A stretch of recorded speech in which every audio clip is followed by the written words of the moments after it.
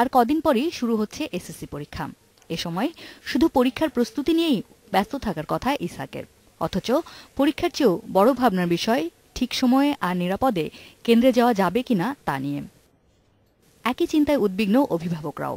আমাদের ভয় আর কি একটা লাগতেছে যে আমাদের পরীক্ষাটা কি ঠিকমতো হইতে পারবে কিনা, আর এটা যদি আরো লেংথি হয়ে যায় তখন তো আরো সমস্যা হবে আমাদের জন্য সব দিক দিয়ে। যাতায়াতের পথে আমাদের ছেলে কোনো বিপদে পড়বে কিনা বা আমরা কোনো বিপদে পড়বো কিনা, এটার জন্য আমরা খুব ভয়ের মধ্যে আছি। মানসিকভাবে খুবই অস্থির একটা অবস্থায় শিক্ষার্থীরা এবং অভিভাবকরা আছে, যেটা নাকি আসলে যে কোনো কাজের সাফল্যের ক্ষেত্রে এটা একটা বড় বাধা আমি মনে করি আর কি।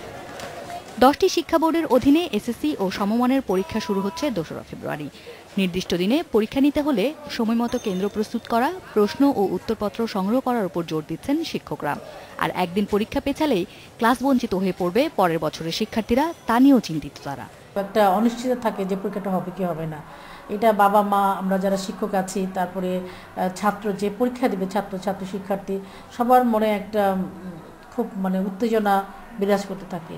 তবে শিক্ষামন্ত্রী জানিয়েছেন, শিক্ষার্থীদের নিরাপদে কেন্দ্রে যাতায়াত, পরীক্ষা ব্যবস্থাপনা, তদারকি ও প্রশ্নপত্র বিতরণের সুষ্ঠু পরিবেশ নিশ্চিত করতে জেলা প্রশাসক, পুলিশ সুপার ও উপজেলা নির্বাহী কর্মকর্তাদের নির্দেশ দেওয়া হয়েছে।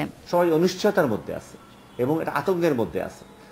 যে ছেলেমেয়েরা বেড়ে উঠবে ভয়, ভীতি, আতঙ্ক, লেখাপড়া করতে পারবে না, বই আনতে পারবে না, পরীক্ষা দিতে পারবে না, তাদের ভবিষ্যৎ তো ক্ষতিগ্রস্ত হবেই।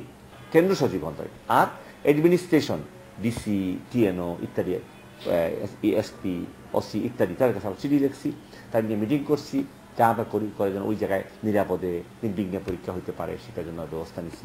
একই সাথে পরীক্ষার সময় বিএনপিকে হরতাল অবরোধের মতো কর্মসূচি না দেওয়ার আহ্বানও জানিয়েছেন শিক্ষামন্ত্রী। Asmita, independent news, Dhaka.